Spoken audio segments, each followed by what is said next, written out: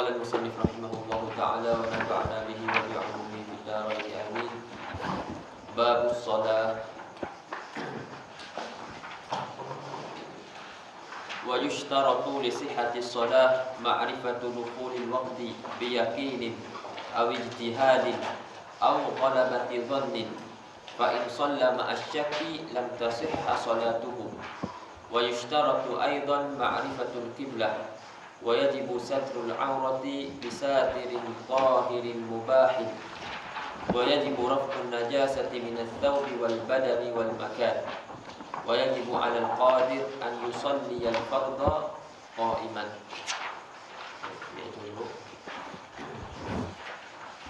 Syarat-syarat sah salat. Kata musannif rahimahullah, dan disyaratkan bagi sahnya solat itu ma'rifatu dukhulil waqti, mengetahui masuknya waktu. Syarat untuk sah solat mengetahui masuknya waktu. Dan mengetahui masuk waktu itu sama ada biyaqini, dengan yakin, aw ijtihadin, ataupun dengan ijtihad, aw ghalabati dhannin, ataupun ghalabah dhann, kuat dhann kata waktu dah masuk. Kuat zan kata waktu dah masuk. Fa in shalla ma'asyakki, maka tafriq daripada situ, maka jika ia solat berserta syak, dia syak waktu masuk ke tak lagi, masuk ke tak lagi, dia solat juga. Syak tapi dia solat juga. Jadi kalau macam tu keadaan dia, shalla ma'asyak lam tasihha salatuhu, tidak sah solat dia, solat seseorang tu. Tengok dia punya syarah.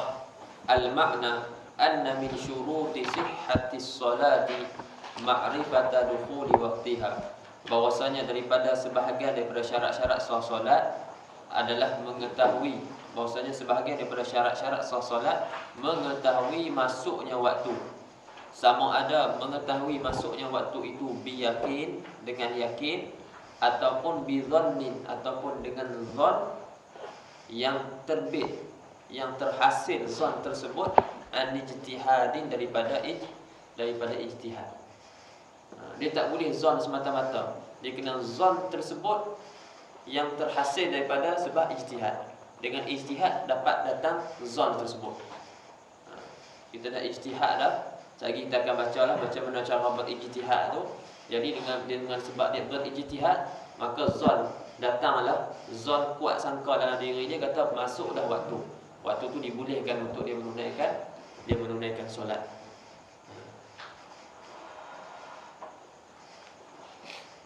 Baik.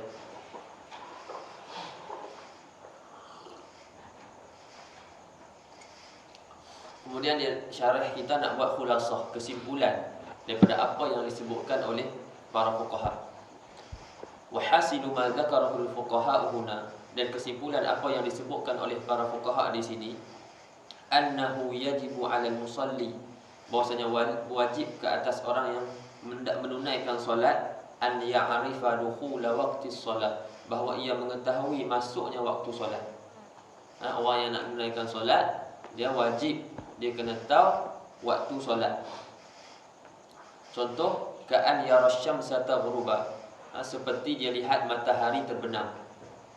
Seperti dia lihat matahari terbenam. Ini bagi orang yang duduk di pantai-pantai, duduk di padang pasir, yang dia nampak jelas matahari terbenam. Adapun kita hari ini duduk di bandar dengan banyak bangunan-bangunan tingginya, kita tak tengok dah benda tu. Kita hanya iktimad di atas azannya Bilal, azannya muazzin yang siqah. Sebab tu nak jadi orang muazzin ni, dia kena siqah, dia amanah.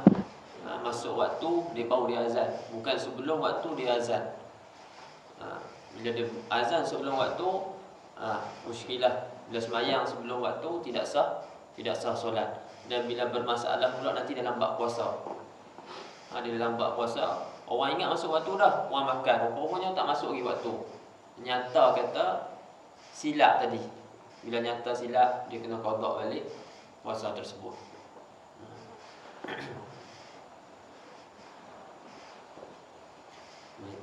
Itu yang pertama, seperti dia wajib atas orang yang hendak menunaikan solat, dia tahu masuknya waktu solat. Masuknya waktu solat, seperti dia melihat matahari terbenam, faya'rifu bidzalika, maka dia ketahuilah dengan yang demikian, yakni dengan ghurubis syam tu dukhula waqti salatil maghrib, masuknya waktu solat maghrib. Baik. Itu salah satu cara. Adapun solat-solat yang lain boleh, antara yang dulu digunakan pakai apa dia? Kita ngaji dalam fiqh, tengok bayang. Tengok bayang tu seumpama panjangnya seumpama objek ataupun 2 kali objek dan sebagainya, akan disebut ngaji dalam kitab fiqh. Baik, fa illam yatamakkan min ma'rifati dukhuli waqtiha. Fa illam yatamakkan min ma'rifati dukhuli waqtiha, maka jika ia tidak mampu daripada mengetahui masuknya waktu solat, wajaba alaihi an ya'khudha bi khabari thiqatin, wajib ke atas orang ni dia mengambil khabar orang yang thiqah, yukhbiru an ilmin. Wajib dia ambil khabaran seorang orang yang thiqah yang mengkhabarkan kepadanya tentang masuk waktu, mengkhabarkan tu an ilmin, daripada ilmu. Bukan kok bagi kodan je. Tak. Dan seperti seumpama ni jugalah azanu thiqatin arifin bil mawaqit. Dan seperti ini juga azan orang yang thiqah, yang mengetahui dengan masuknya waktu. Ini macam hari inilah kita iktimad ke atas azan muazzin di masjid. Azan dah masuk dah waktu. Yang azana fi sahwi, yang dia azan pada waktu cerah, waktu langit cerah, tidak ada kesamaran.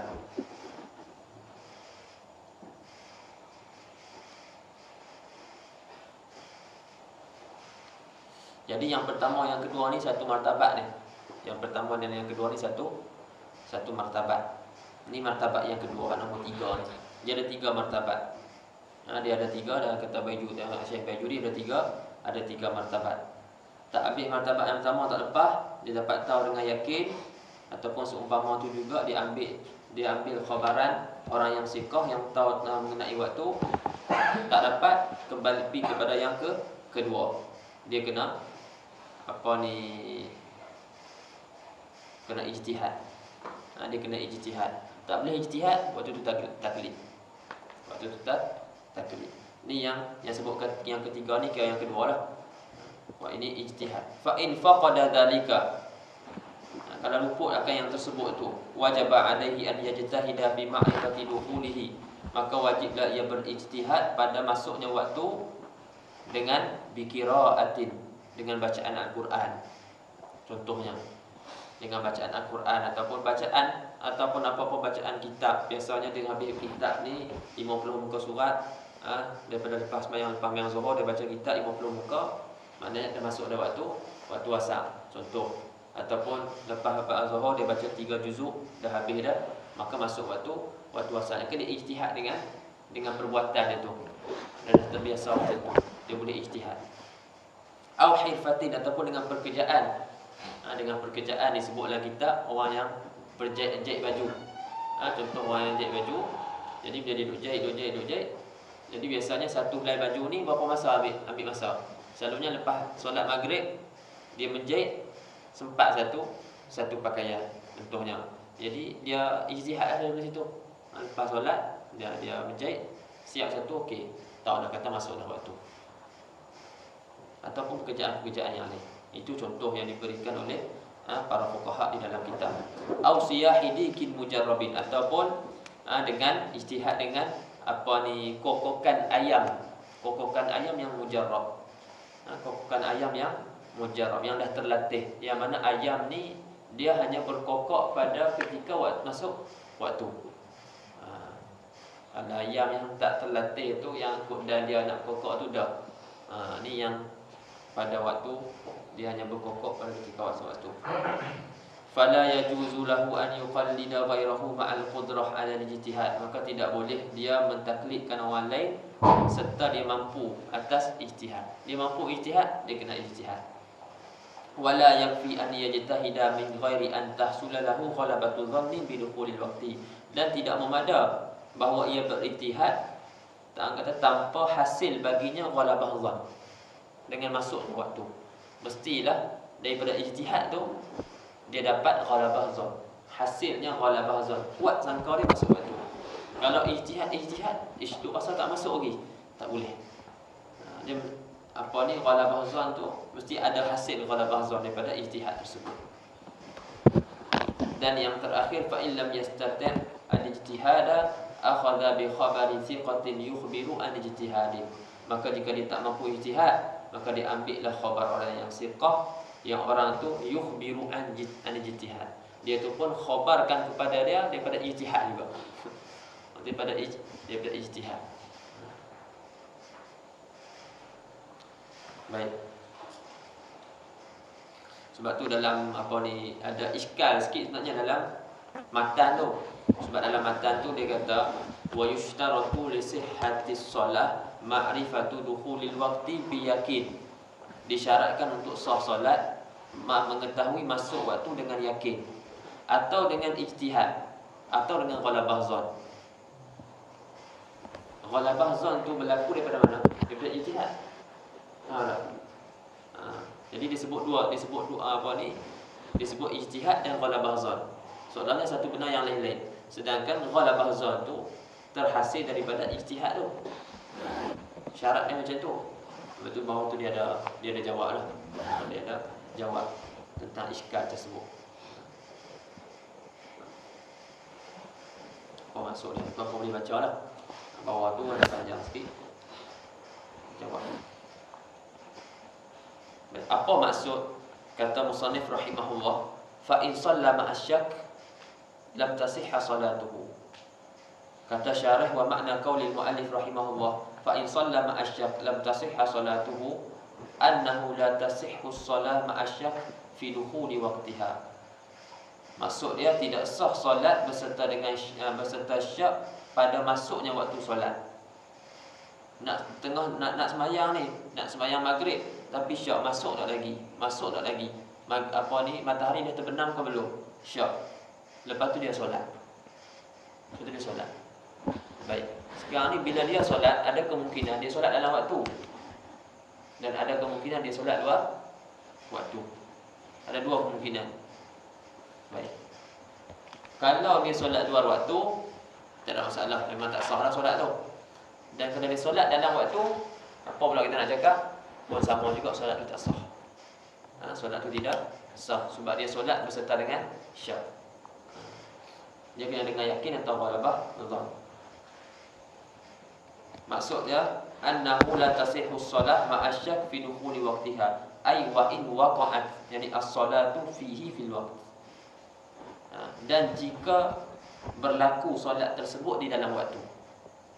Kalau dia solat ma'asyak, tak boleh. Bal la budda minal ilmi bi dukhulil waqti. Bahkan tidak dapat tidak daripada ilmu, pengetahuan dengan masuknya waktu, ataupun ghalabati dhannin, ataupun ghalabah dhann, atau ghalabati dhanni dukhulihi bisababil ijtihad. Tak dapat tidak dengan ilmu dengan masuknya waktu, ataupun ghalabah dhann masuknya waktu dengan sebab ijtihad. Baik. Kemudian kata syarah lagi, wa man shalla bil ijtihad, dan barang siapa yang solat dengan ijtihad, summa tabayyana lahu annahu shalla qabla dukhulil waqti. Barang siapa yang solat dengan ijtihad, kemudian nyata baginya bahwasanya ia solat sebelum masuk waktu. Dia solat tadi dengan ijtihad. Lepas dia solat tu baru dia tahu rupanya waktu tak masuk lagi. Waktu tak masuk lagi. Dia ulang semula solat, a'ada solata in kana al-waqtu mutabaqqiha. Dia ulang kembali solat jika waktu masih ada, masih berbaki. Wa illa wajib fayajibu qada'uha. Dan jika tidak, ai in kana al-waqtu ghairu mutabaqqin, kalau waktu tu tidak berbaki lagi, dah habis dah, wajib dia qada' solat tadi. Sebab apa? Li'annahu la ibrata bi dhannil bayyin khata'uhu. Kerana tidak dikira tidak dikira dengan zon yang nyata salahnya. Kita zon tadi, tapi zon tadi itu dah nyata salah. Jadi tidak diambil kira dengan zon tersebut.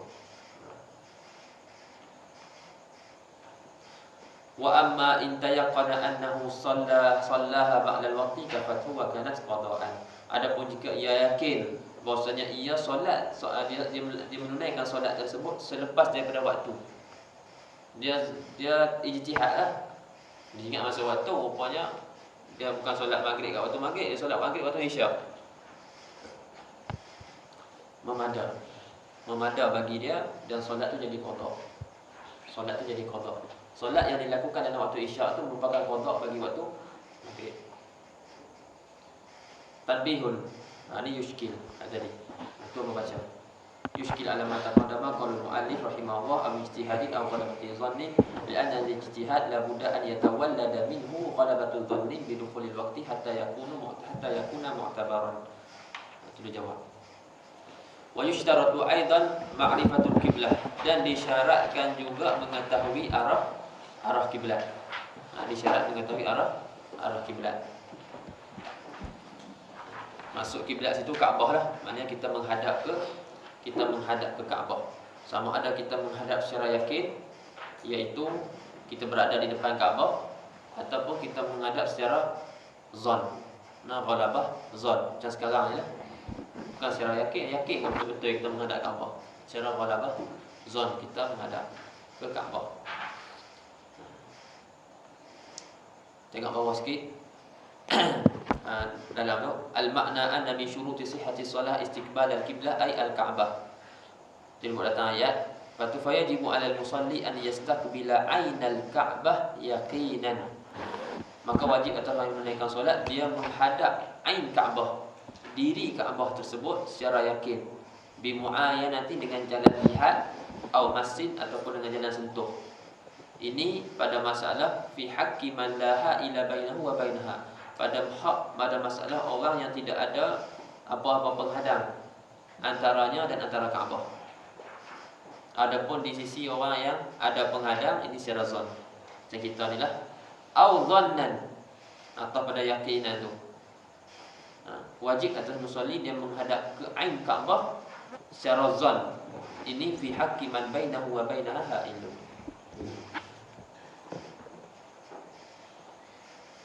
Kecuali illa fi mas'alatain, kecuali pada dua masalah, la yushtaratu fihi mastiqbalul qiblah. Kecuali pada dua masalah tidak disyaratkan padanya menghadap ke kiblat. Yang pertama sembahyang sunat nafilah pada ketika safar, dan yang kedua solat syiddatil khauf. Ini tidak disyaratkan untuk menghadap ke kiblat. Tapi pada an-nafilah fi safar tu pun ada tempat-tempat dia ada beza. Sama ada dia solat atas kenderaan ataupun dia solat secara berjalan. Bila dia solat secara berjalan, ada tempat-tempat yang dia kena menghadap ke kiblat. Lepas tu dia boleh jalan, teruskan perjalanan dia. Ada arah perjalanan tu dah kiblat dia. Dia ada tempat-tempat dia. Itu bukan nak bincang kat sini lah, nak bagi tahu. Bukan terus straight je boleh hadap kiblat. Nak kat takbir kena hadap kiblat dulu. Lepas tu go straight ke perjalanan. Nak rukuk kena hadap kiblat. Lepas tu yang tidak sampai Allah liman hamidah boleh jalan balik. Lepas tu nak sujud kena hadap kiblat. Ada tempat-tempat yang dia kena hadap kiblat. Kalau berkenderaan ketika takbiratul ihram saja. Takbiratul ihram saja kena hadap kiblat. Jika mudah. Lepas tu rukuk sujud semua tak payah hadap kiblat. Sambil naik motor tu sambil nak sembahyang tak ada masalah, boleh. Kiblat bawah. Kiblat bawah.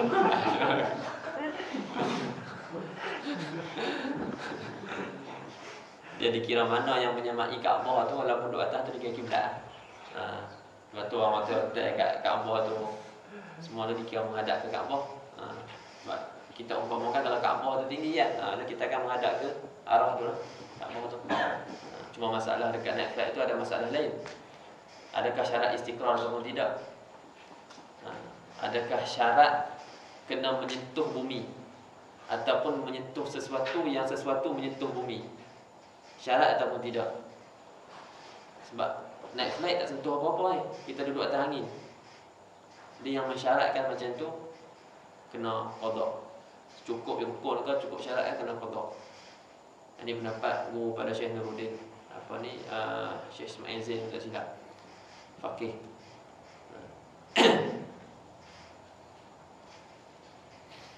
Saya ada buat satu risalah sebut pasal itu. Ada tulis satu risalah sebut pasal solat dalam flight dekat terbang.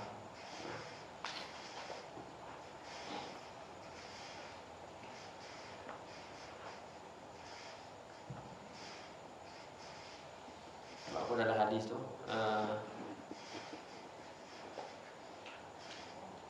Ju'ilat liyal ardu masjidan wa turbatuha tahura. Silap, tak ingat apa hadis lebih kurang tu. Kama qala Nabi sallallahu alaihi wasallam, ini dijadikan bagi aku bumi itu masjid, tempat sujud. Syarat ada bumi.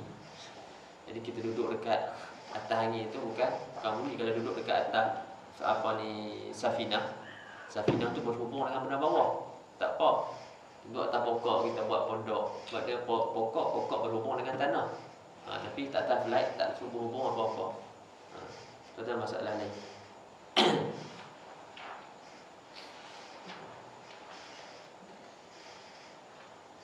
Yang ketiga, wajibu satrul aurati bisatirin tahirin mubah. Dan yang ketiga, wajib menutup aurat dengan satir, dengan penutup yang tahirin lagi mubah.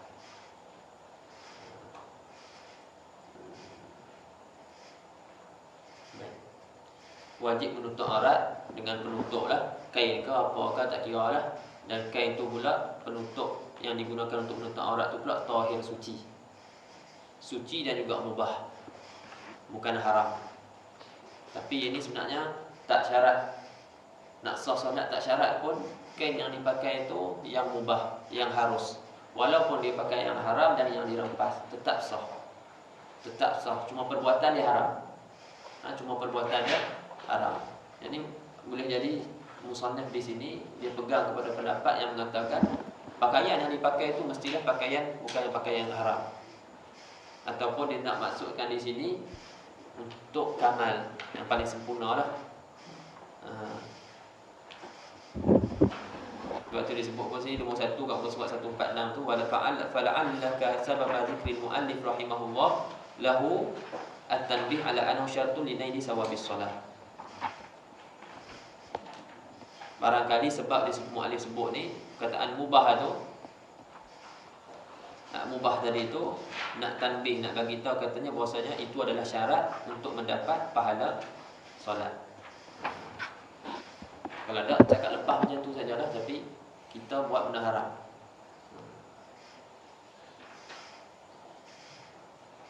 Tengok sikit. Al-ma'na anna min syuruti sihhati shalah satrul awrati. Qala Nabi sallallahu alaihi wasallam la yaqbalu Allah salata haidin illa bi khimar. Allah Subhanahu wa taala tidak menerima solat perempuan yang haid. Masuk perempuan yang haid di sini iaitu perempuan yang dah baligh. Bukan perempuan yang haid. Haid mana boleh sembahyang. Masuk sini adalah perempuan yang baligh. Nomor 2 tu disebut al-muradu bil haidi allati balaghat. Summiyat haidan li'annaha balaghat sinnal haid. Hadha huwa as-shawab bil ibarati anha. Masuk haid di situ adalah perempuan yang dah baligh. Allah tidak terima solat orang perempuan yang dah sampai umur, yang dah baligh, kecuali dengan khimar. Dengan khimar. Baik, syartus satir. Syarat satir tu an yashmalal mastur lubsan wa nahwahu. Meliputi, menutupi apa yang mastur, badan kita ni lah yang ditutup, aurat-aurat ni. Lepas tu an yakuna lahu jirmun. Bahwasanya satir tadi ada baginya jirim. yamna'u idraka launil basyarah fi majlis at-taqatu' li mu'tadilil basar. Dia ada jirim yang menegah daripada idrak, nampak warna kulit pada majlis at-taqatu'. Ana dengan Amir sekarang ni dikatakan, boleh katakan majlis taqatu'. Kalau dia dekat sikit dah ada 3 hasta. Jadi katalah Amir pakai baju nipis. Pakai baju tapi baju nipis. Orang yang mata dia yang pertengahan, maknanya bukannya mata tajam, mata yang pertengahan, kebanyakan mata orang ramai. Kalau dia tengok Amir, dia nampak kulit dalam. Macam orang Sudan kan, dia ada pakai 2 lapis kan. Jubah dia sebelum pakai jubah luar tu, dia ada pakai jubah dalam. Jubah tu kan nampak kulit kan. Mayang tu tak sah. Tak sah. Dia jirim tapi dia tak menegah daripada nampak kulit. Sebab dia syarat dekat solat menegah daripada nampak warna kulit. Berbeza syarat, berbeza tak tutup aurat tu di depan ajnabi tu. Hak tu kena apa? Nampak warna, tutup warna kulit dan bentuk.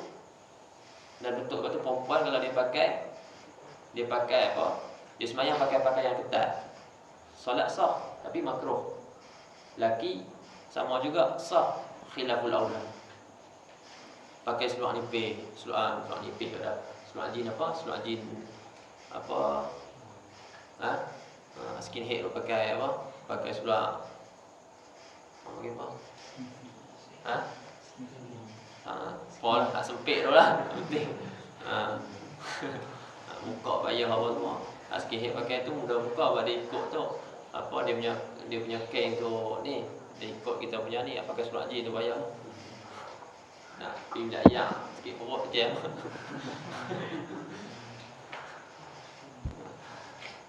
Jadi kalau lah dia mandi pakai pakaian renang, dia mandi, perempuan ni mandi pakai pakaian renang, sah mayang dia. Tapi kalau ada lelaki ajnabi, hukum dia haram. Ada lelaki ajnabi, hukum dia haram. Sah, solat sah. Itu kena ada jirim. Kena ada jirim yang menegah daripada nampak warna. Fi majlis taqatu' li mu'tadilil basar. Tak boleh semata-mata gelap, duduk dalam bilik gelap telanjang mayang. Tak boleh. Jadi malam tu gelap tu tak dinamakan sebagai satir. Satir tak dikira di sini.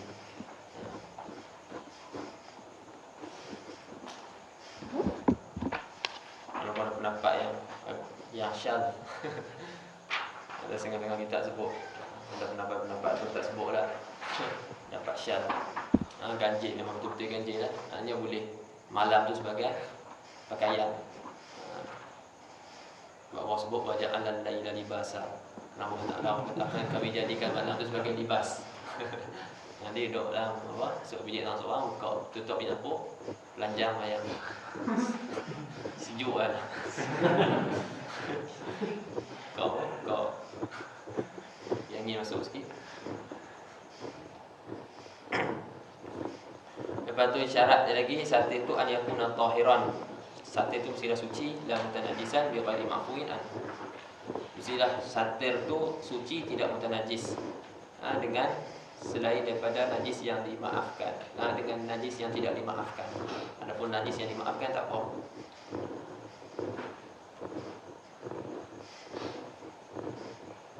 Tanbihun la yushtaratu li sihhati shalah an yakuna thawbu mubahan fa tasihhu shalah fi thawbil maghdub lakin ma'al ismi wa adami sawab. Ditanbih, dikata tidak disyaratkan untuk sah solat bahwasanya pakaian itu pakaian yang mubah. Maka sah solat pada pakaian yang dirampas. Syuti punya baju orang nak pinjam dia tak bagi. Dekut. Bukan kedekut, dan dia punya baju ikut dia, dia nak bagi tak mau bagi kan. Jadi anak tu apa ni baju pun kedekut. Anak pun ambil pakaian dia, anak pakai, anak semayang. Anak semayang dia tak bagi ya. Dia nak ambil juga dan anak pakai. Dia tak redha. Dia tak redha hukum mana solat menggunakan pakaian tu haram hukumnya. Ataupun pakaian yang dicuri, solat tetap sah. Ataupun pada tanah orang tu kata aku tak mau bagi yang mayang kat tanah aku, nak mayang pergi tanah orang lain. Dia kata aku nak semayang ni, aku tak peduli mayang ada di tanah aku. Mayang tempat lain. Lepas tu orang tu pun tak beli, aku tak beli juga. Aku nak semayang, kalau dia semayang di atas tanah orang tu tanpa keizinan tuan tanah. hukum dia haram juga. Dia melaksanakan menjatuhkan solat di tempat itu, hukum dia haram. Tapi solat dia sah. Solat dia sah. Tu kata sini, sebab tu tak syarat. Nak sah solat tu tak syarat. Sah tu mubah. Maka sah solat dan serta dosa dan tidak ada pahala. Tapi kenapa musalli sebut mubah? Niat tadi kita sebut tadi. Sebab nak bagi tahu tanbih, kata itu adalah syarat untuk dapat pahala solat. Wallahu a'lam. Wa yajibu raf'un najasah. Dan dua lagi dalam mawdi. Ada.